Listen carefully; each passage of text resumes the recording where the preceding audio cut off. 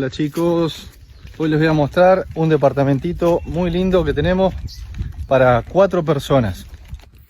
Este es el ingreso, tienen parrilla al aire libre, todo bien iluminado, cochera privada, amplio parque, mesitas, mucho verde, parrillita prácticamente a estrenar. Bien, tienen acceso a nuestro fogonero del parque, ningún problema, que lo disfruten. Muchísimo verde, como pueden ver. Acá les muestro el departamento para que lo vean de primera mano. Ventilador, opcional DirecTV, tienen el Roku para mirar gratis, internet y demás.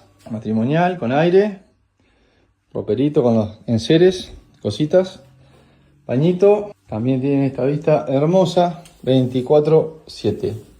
En ese lugar para descansar, comerse un asadito y que los chicos jueguen sin ningún tipo de problema.